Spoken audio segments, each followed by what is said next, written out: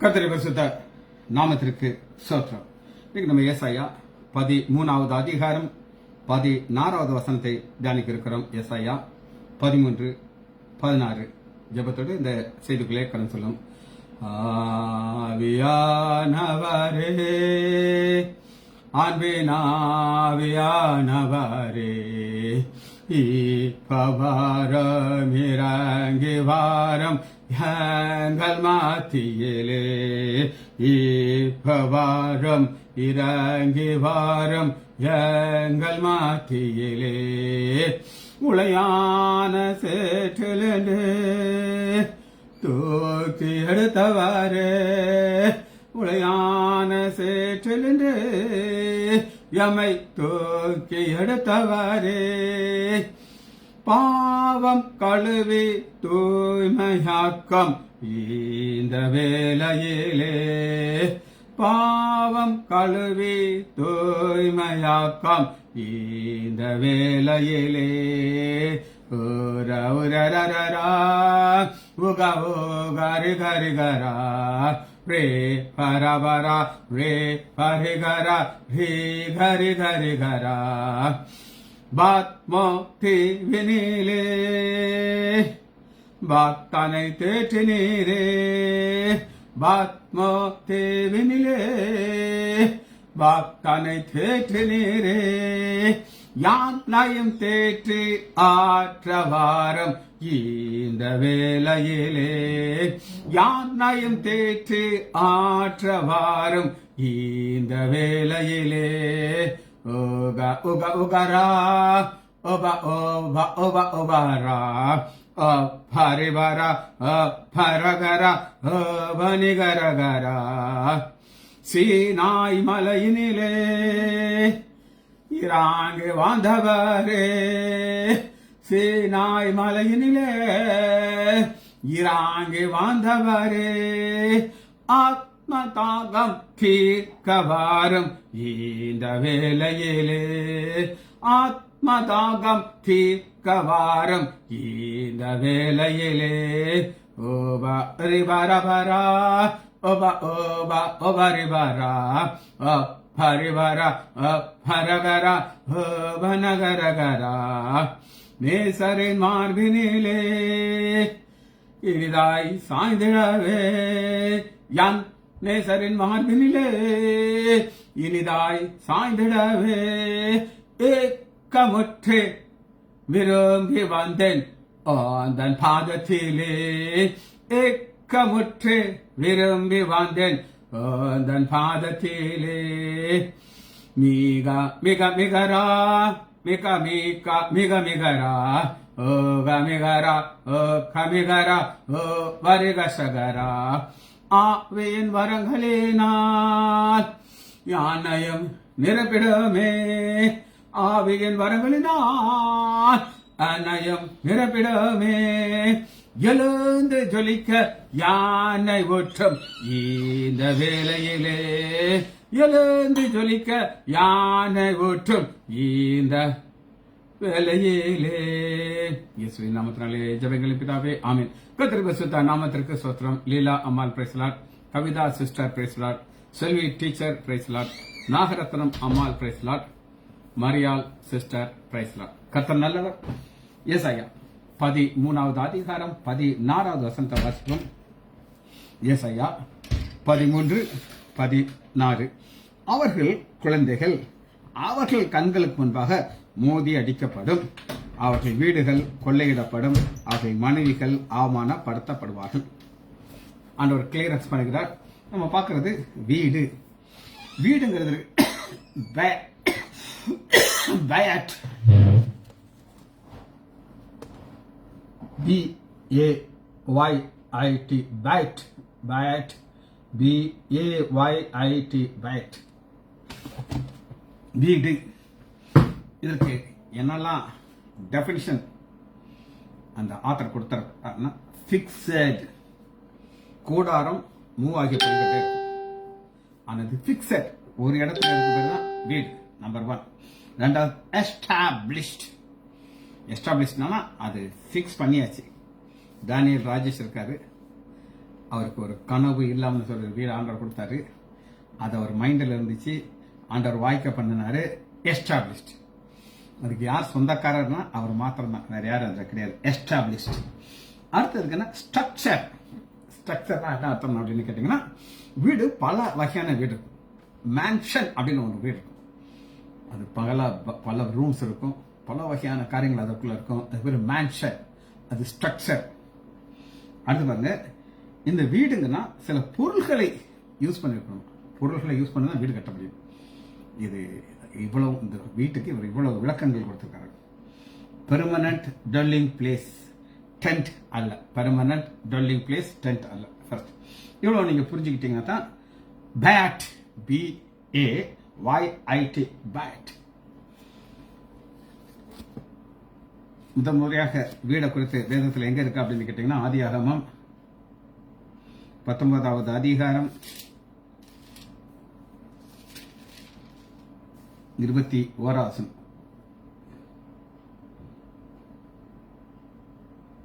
19:2.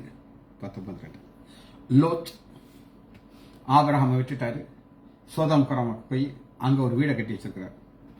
ஆண்டவன்மார்களே தேவ தூதர்கள் வர்றாங்க, அவர்களுக்கு தெரியாது, ஆனாலும் வீட்டுக்கு கூப்பிடுறாரு. அடியனுடைய வீட்டுக்கு முகமாக நீங்கள் திரும்பி, வீதியில் இருக்காங்க, அங்க கூட நீங்க வீட்டுக்கு பக்கமாக திரும்பணும்னு சொல்லி திரும்பி. ஆதியாகமம் 33வது அதிகாரம் யாக்கோபு என்ன செய்யறார் அப்படின்னு கேட்டீங்கன்னா, அவர் ஒரு வீடை கட்டிட்டார். 33வது அதிகாரம் 18-17. ஆதியாகமம் 33:17. யாக்கோபு சுக்ரோத்திற்கு பிரயாணம் பண்ணி தனக்கு ஒரு வீடு கட்டி, தனக்கு ஒரு பேட், மிருக ஜீவனுக்கு கொட்டாரம் போட்டான். கொட்டாரத்தை பிரிச்செல்லாம் வீடை பிரிக்க முடியாது. இது வீடு.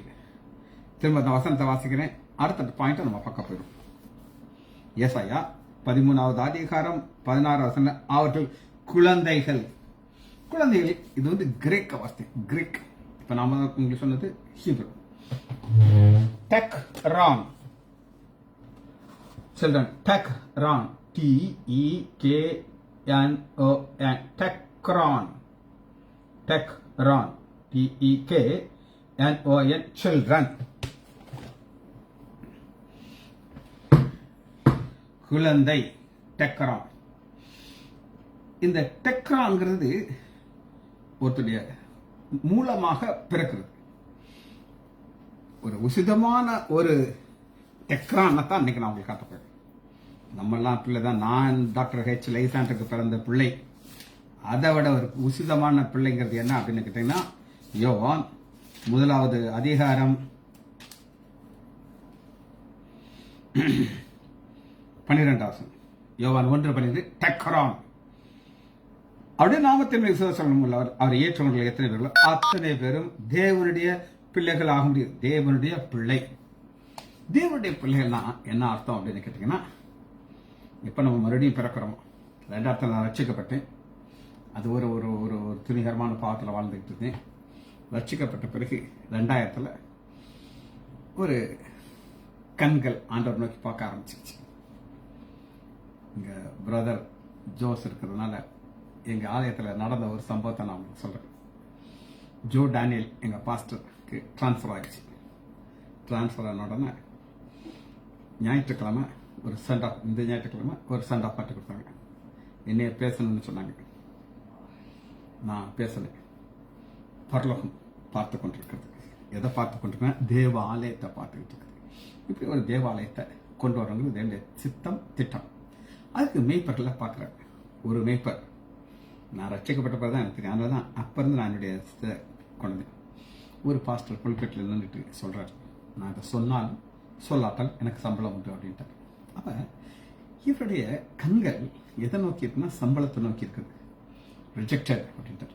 இதுக்கு நான் என்ன ஒரு ஓமையை நான் சொன்னேன் அப்படின்னு கேட்டீங்கன்னா, தாவீதை தெரிந்து கொண்டதுக்கு முன்னாடி அவருடைய சகோதரர்கள் எல்லாம் மிலிட்ரி பீப்புள், நல்லா டாலா ஹெப்டியா பாடி பில்டர் மாதிரி அவருடைய கோட்டெல்லாம் தூக்கி தூக்குறாங்க. ஒருத்தர் ரிஜெக்டட். ஸோ இந்த பாஸ்டர் ரிஜெக்ட் பண்ணிட்டார். அப்புறம் ஒரு பாஸ்டர் வந்தார், ரொம்ப நல்ல மனிதர், அழகாக பாட்டு பாடுவார், பாடிக்கிட்டே இருந்தார். ஒரு நாள் அவரை தூக்கி விட்டார். அதுக்கு மேலே அவர்கிட்ட ஒன்றும் தெரியாது.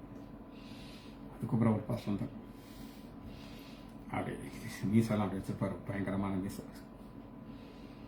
எங்கள் ஆலயத்தில் ஒரு பிரச்சனை வந்துச்சு. 2 கூட்டத்தார் சண்டை போட்டுட்டு இருந்தாங்க. இவர்கிட்ட போய் பஞ்சாயத்துக்கு போயிருக்காங்க. இவர் சொல்லியிருக்காரு, அங்கி போட்டால் நான் பாஸ்டர், அங்கிலேய காலத்தில் நான் ரவுடி, எனக்கு 3 பசங்க இருக்காங்க, நான் அப்படின்னு கண்ணை காட்டினா அவங்களை மீதி மீச்சு போடுறாங்க.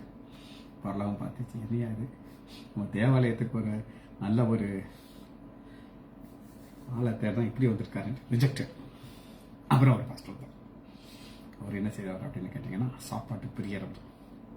ஒரு வீட்டில் ஜெப கூட்டம் நடத்துறதுனால அந்த வீட்டுக்கார அம்மா சிவகாசியில் வேலை பார்த்துக்கிட்டு இருக்காங்க.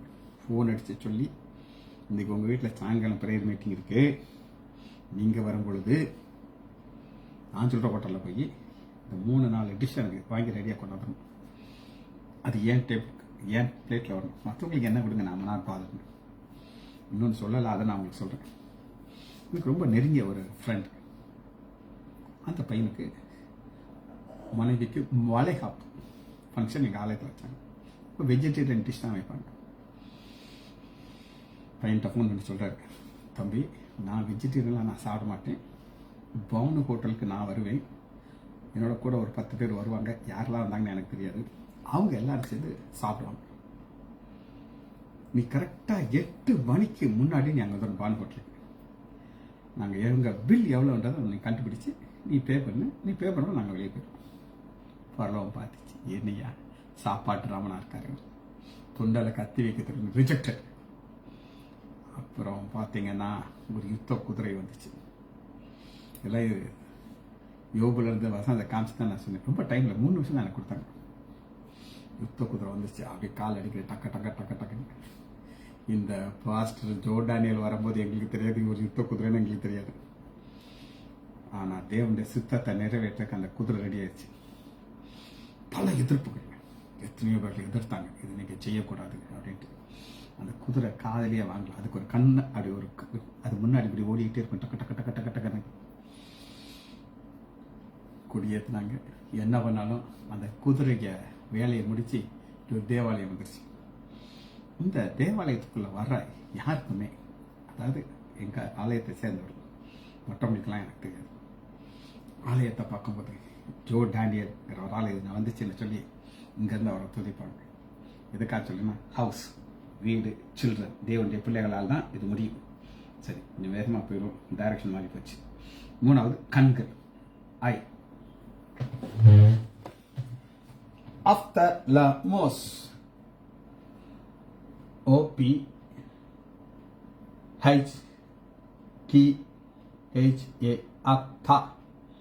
ஆப்தலமோஸ், ஆப்தலமோஸ். இந்த ஆப்தமாலஸ்ல இருந்து வந்தா ஆப்தமாலஜி.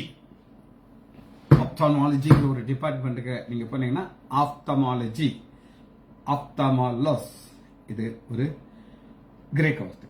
சரி, 4வதாக வைஃப், வசனத்தை காட்டுறவங்களுக்கு ஏசாயா 13வது அதிகாரம் 16வது வசனத்தில் அவர்கள் குழந்தைகள் உங்களுக்கு காமிச்சிட்டேன். அவருடைய கண்களுக்கு முன்பாக ஆப்தமாலாஸ், மோதி அடிக்கப்படுவார்கள். வீடு உங்களுக்கு காமிச்சிட்டு, அவர்கள் மனைவிகள் அவமானப்படுத்துவார்கள். மனைவிகள்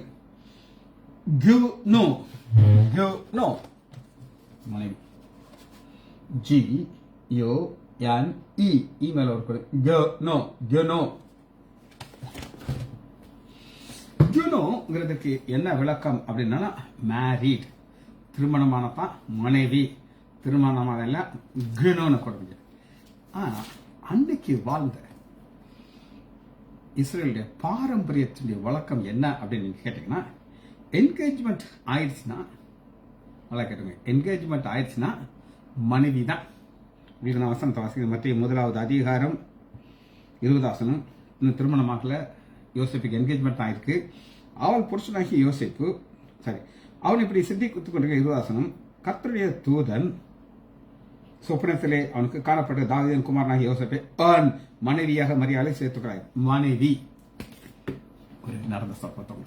ஹாஸ்பிட்டலில் ஒரு தம்பி, அவனுக்கு காலில் ஃப்ராக்சர், கையில் 2 ஃப்ராக்சர், இங்கே உடஞ்சிச்சு, இங்கே உடஞ்சிருக்கு. சர்ஜரி பண்ணி பிளேட்லாம் போட்டிருக்கு. அப்போ அவன் சொல்கிறான், சார் எனக்கு என்கேஜ்மெண்ட் ஆச்சு. என்கேஜ்மெண்ட் ஆகி இந்த மாதிரி ஃப்ராக்சர்னு தெரிஞ்ச உடனே என் பொண்ணு வந்து கோயம்புத்தூர், அவங்க இதை ட்ராப் அவுட் பண்ணிட்டாங்க அப்படின்னு சொன்னாங்க. கொஞ்சம் கவலையாக இருந்துச்சு. ஃப்ராக்சர் ஆச்சுன்னு உடனே இந்த மாப்பிள்ளையே வேண்டாம்னு சொல்லி ட்ராப் அவுட் பண்ணிட்டாங்களேன்ட்டு வருத்தமாச்சு. ஆனால் ஒரு 4 நாள் கழிச்சு பார்த்தீங்கன்னா ஒரு கொஞ்சம் வயசு பொண்ணு கூட நின்றுக்கிட்டு இருக்கா. யார் அந்த பொண்ணு? சார் இதான் சார் எனக்கு என்கேஜ்மெண்ட் ஆன பொண்ணு. இவளுக்கு காய்ச்சல் இருந்ததுனால ஹாஸ்பிட்டல் அட்மிட் பண்ணிட்டாங்க. இவர்கிட்ட சொல்லவே இல்லை. நியூஸ் சொன்ன உடனே நான் என் மாப்பிள்ளையை பார்க்க போயிட்டு நேரம் வந்துட்டேன். கூட இருந்து மாப்பிள்ளையை கவனிக்கணும். கல்யாணம் ஆகலை, என்கேஜ்மெண்ட்டாக இருக்கு. என்னப்பா சாப்பிட்டேன்? என்ன சார் எனக்கு ஊட்டி விட்டா சார் இவன். நான் எனக்கு எங்கேயோ மச்சம் இருக்குதான்னு சொன்னேன். அப்போ கல்யாணம் ஆகலை, ஆனால் மனைவி மாதிரி சேவை செய்கிறா அந்த தம்பிக்கு. சரி, இது ஜெனு. கடைசியாக ஒரு வார்த்தை பார்த்து முடிக்க போகிறோம். டேஷ், மோதி அடிக்கப்படுவது. டேஷ், ப்ரோஸ்கோப்டோ. இது ஒரு கிரேக் வார்த்தை, எபிரே வார்த்தை, கிரேக் வார்த்தை, கிரீக். ப்ரோஸ்கோப்டோ, ப்ரோஸ்கோப்டோ, PROSKOPTO. லாஸ்ட் மேல கொடு. ப்ரோஸ்கோப்டோ, அடி, மோதி அடி. ப்ரோஸ்கோப்டோஸ். இதுக்கு என்ன அர்த்தம்? டு பீட், அடிக்கிறது. ப்ரோஸ், PROS அகென்ஸ்ட், ஒரு கல்லுக்கு அகென்ஸ்ட் அமருது. ப்ரோஸ். கப்டோ, ஸ்ட்ரைக், பீட். ப்ரோஸ்கோப்டோ டிவைட் பண்ணு. அகென்ஸ்ட், எதுக்கு அகென்ஸ்ட்? மத்தேயு 4வது அதிகாரம் 6வது வசனத்துல சாத்தான் சொல்றான், உம்முடைய பாதம் கல்லில் இடராதபடிக்கு, கல்லில் ஊழாதவர்களுக்கு அந்த காப்பாற்ற. சரி, நம்ம வார்த்தைகளை பார்த்தாச்சு. இப்போ நம்ம லாங்குவேஜ் முடிச்சு வச்சு வாசனத்துக்குள்ள வருகிறோம்.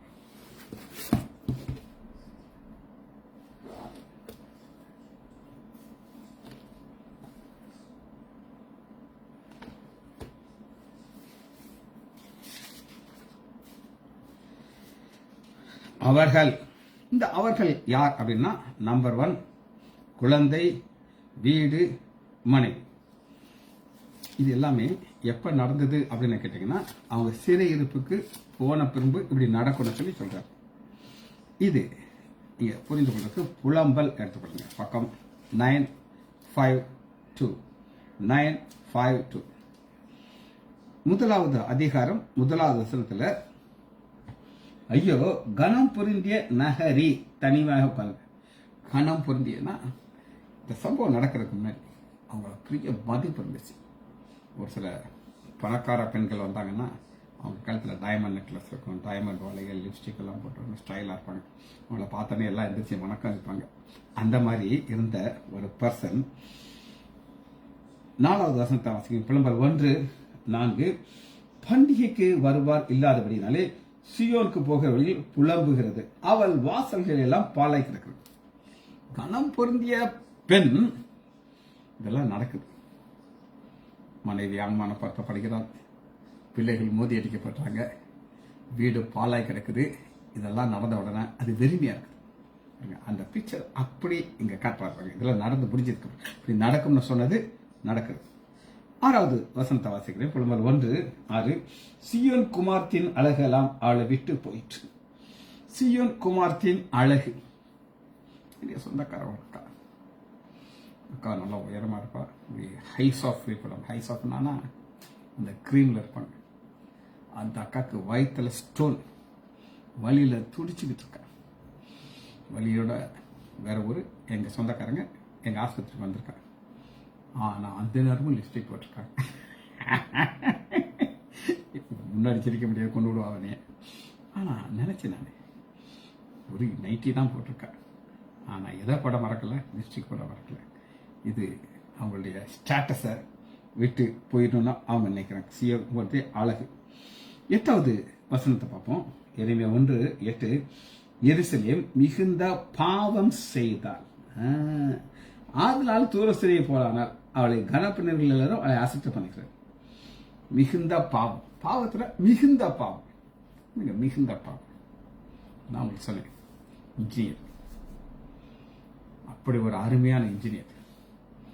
அவருக்கு மனைவிக்கு சண்டை வந்துருச்சு. சண்டை வந்த உடனே 2 பிள்ளைகளையும் ஊருக்கு வீட்டுக்கு அனுப்பிட்டு அந்த பொண்ணை கத்தி வச்சு குத்தி உடம்புல பீஸ் ஆக்கி, அதுதான் மிகுந்த பாவம். ஆண்டவர் மன்னிக்கிறது கஷ்டம். ஒரு உயிர் ரத்தத்தை சிந்தக்கூடாது. உன்னை நேசிக்கிற போல் பிறனை நேசி. உன் சரீரத்தை நீ நேசிக்கிறாப்புல அது ஒரு சரீரம். அது இருந்தாலும் ஒரு கத்தோலிக்க சகோதரன், மிகுந்த பாவம். சரி, அடுத்த ஒரு காரியத்தை பார்க்க போறோம். புலம்பல் 1:22. அவர்களுடைய பொல்லாப்பு எல்லாம், முதல் சியோன் குமார்த்தியன் ஆரம்பிச்சாரு, இப்ப அவர்கள் நேரத்தை சொல்றாரு. பொல்லாப்பு எல்லாம் உமது முகத்திற்கு முன்பாக வர கடவுள். என் சகல பாதகத்தை நிமித்தம் நீர் எனக்கு செய்தது போல அவர்களுக்கும் செய்யும். என் பெருமூச்சியில் மீதியேற்றி என் இதயம் பலட்சியமாயிருக்கிறது. இதெல்லாமே புலம்பல், எரேமியாவுடைய இருதயம் இப்படி பேசுது. சரி, இது முதல் குறிப்பு. 2வது என்ன மாதிரி மாத்துறாரு ஆயிட்டா அப்படின்னு கேட்டீங்கன்னா, 2வது அதிகாரம் 12வது வசனம், பாவம் ஒரு குஷ்டரோகத்தை போல வாரிசு. புலம்பல் 2:22. பண்டிகை நாளிலே குழம்புகளை வரப்பழுது போல சுற்றிலும் எனக்கு திகில் வரப்பினீர். கர்த்தருடைய கோபத்தினாலே தப்பினவர் ஒருவரும் இல்லை. என் கை ஏந்தி வளைத்தவள் என் பகைஞனால் நாசமானால். கை வளர்த்தவர்கள் நாசம். நாசம் ஆனது அப்படி ஒரு கஷ்டமான ஒரு பாதை, நாசம். அதனால 2வது அதிகாரம் 12வது வசனத்துல பாருங்க, எருசலேமே, எருசலேம் குமார்த்தியே, நான் உனக்கு சாட்சியாக என்னத்தை சொல்லுவேன்? உன்னை எதற்காக ஒப்பிடுவேன்? சியோன் குமார்த்தியே, கன்னிகையே, நான் உன்னை தேற்றும்படி உன்னை எதனாலே இருந்தேன்? உன் சமுத்திரத்தை பெரிதாயிற்று. உன்னை குணமாக்குறவன் யார்? உன் காயம். ஒவ்வொரு வார்த்தையிலும் அந்த டவுன்ஃபால் வர்றதுக்கு காரணம் என்ன அப்படின்னா பாவம். இது எல்லாத்தையும் ஆண்டவர் அனுமதிக்கிறார். அதனால டவுன்ஃபால் ஆகி போய்கிட்டே இருக்கு. இது முதல் ஒரு குறிப்பு. 2வது குறிப்பு என்ன அப்படின்னா, வீடை பார்க்க போயிடும். 3வது அதிகாரம் 44 வசனம். இந்த வீடு எப்படி பாழாகுது அப்படின்னு கேட்டீங்கன்னா, வீட்டில் ஆண்டவர் ஒரு சவுண்ட் ப்ரூஃப் டெக்னிக் வச்சிருக்காரு. ஒரு வீட்டுக்கு நாங்கள் போனோம். அவங்க ஒரு டோர் போட்டிருக்காங்க. நம்மள மாதிரி மரக்கதவு கிடையாது, ஒரு ஸ்லைடிங் டோர். அப்படி ஸ்லைட் ஆகி அப்படி போய் டக்குன்னு லாக் ஆகிடும். அது என்ன சவுண்ட் ப்ரூஃப் அப்படிங்கிறாரு. அப்படின்னா என்னதுங்க அப்படின்னு நகட்டாங்க, அதெல்லாம் தெரியாது.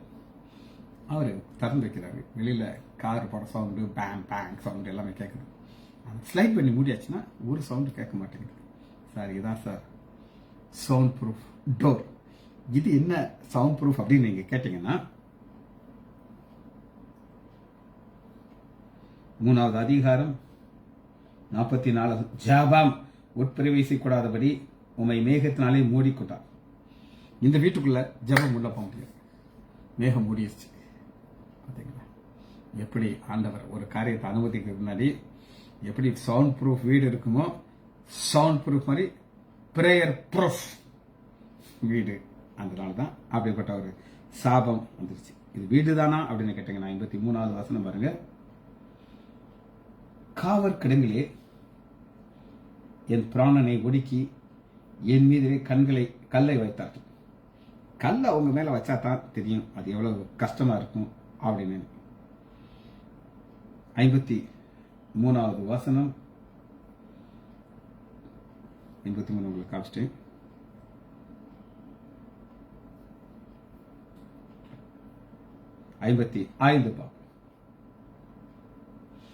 மகா ஆழமான கிடங்கிலிருந்து கர்த்தாவே உம்முடைய நாமத்தை பற்றி கூப்பிட்டேன், என் சத்தத்தை கேட்டீர். ஆனா ஆன்சர் அந்த மேகத்தினால் வச்சிட்டாரு, மூடிட்டாரு.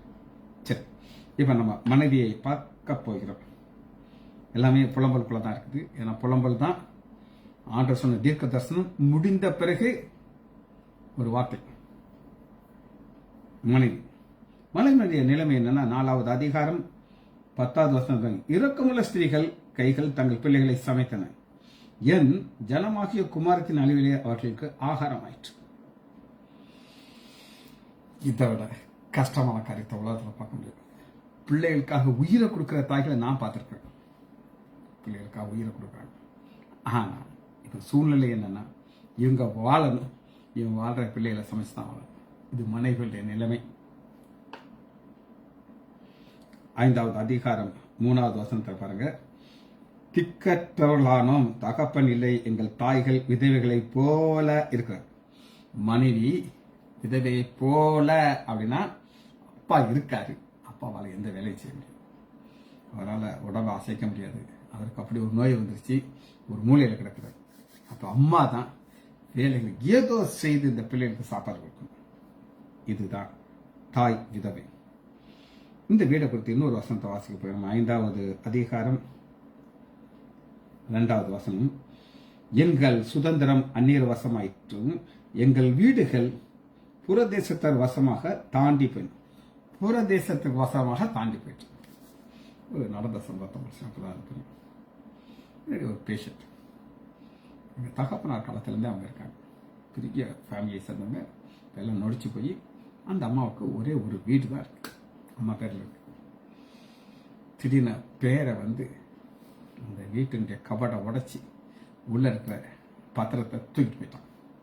இப்போ என்ன கம்ப்ளைண்ட்னா, 15 லட்சம் நீ எனக்கு கொடு, இந்த மாதிரி சாப்பாட்டு கஷ்டப்படுறது இல்லைன்னா 3 சென்டில் உனக்கு இருக்கிற ஒரு சின்ன இடத்த நீ வச்சுக்கோ, மீதி வீடு எல்லாத்தையும் நாங்கள் விற்றுருவோம், இது நாங்கள் பங்கு போட்டுருக்கோம். இதுதான் சுதந்திரம் தாண்டி மற்றொரு. நம்முடைய ஆண்டவர் நம்முடைய இயற்கையில் விரிவாக்குறேங்கிறார். ஆனால் அங்கே பாருங்க, எங்கள் சுதந்திரம் வித்தாச்சு நாங்கள் போக முடியுமா? ஒரு சோரஜ் கட்டிப்பாங்க. அந்நியர் வசமாயிற்று, எங்கள் வீடுகள் புறதேசத்திற்கு வசமாக தாண்டி போயிடுச்சு, ஜம்ப் ஆகி போயிடுச்சு. கடைசி ஒரு வசனத்தை வாட்சி முடிக்க இருக்கிறோம். 7வது வசனத்தை பார்ப்போம். எங்கள் பிதாக்கள் பாவம் செய்து மாண்டார்கள், நாங்கள் அவருடைய அக்கிரமத்தை வீட்டுக்குள்ள என்ன இருக்குன்னா, பிதாக்களுடைய அக்கிரமம் பாவம், இதை நாங்க சுமக்க வேண்டியது. அவங்கள செத்து போயிட்டாங்க. காரணம் வசனத்தை மட்டும் வாசிச்சுட்டு நம்ம முடிக்க இருக்கிறோம். 13வது அதிகாரம் 16வது வசனத்தில் உள்ளது அத்தனை நம்ம பார்த்தாச்சு. அவர்கள் குழந்தைகள் அவர்களுக்கு முன்பாக மோதி அடிக்கப்படும். இந்த குழந்தைகள் சந்ததி மோதி அடிக்கப்படுகிறார்கள். அவர்கள் வீடுகள் கொள்ளையடிக்கப்படும், அவருடைய மனைவிகள் அவமானப்படுவார்கள். ஜெபிச்சு முடிப்போமா? மகா இரக்கமும் கருவேமுள்ள பிதாவே, உண்மை துதிக்கிறோம் ஐயா. நீர் எங்களை ஆசீர்வதிக்கிறீர்கள், எங்களை வார்த்திக்க பண்ணிடுற, எங்கள் சந்ததிகளை காண கருவை பாராட்டி சந்ததிகளை உயர்த்தி மகிழ்கிறீர்கள்.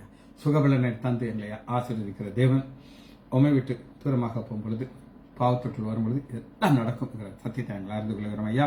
பிள்ளைகள் ஒவ்வொரு வாரையும் என் ஆண்டவராக இயேசு கிறிஸ்துவின் நாமத்தினாலே ஆசீர்வதிக்கிறேன். இயேசுவின் நாமத்தினால் ஜெபங்களை பிதாவே. ஆமேன், ஆமேன், ஆமேன்.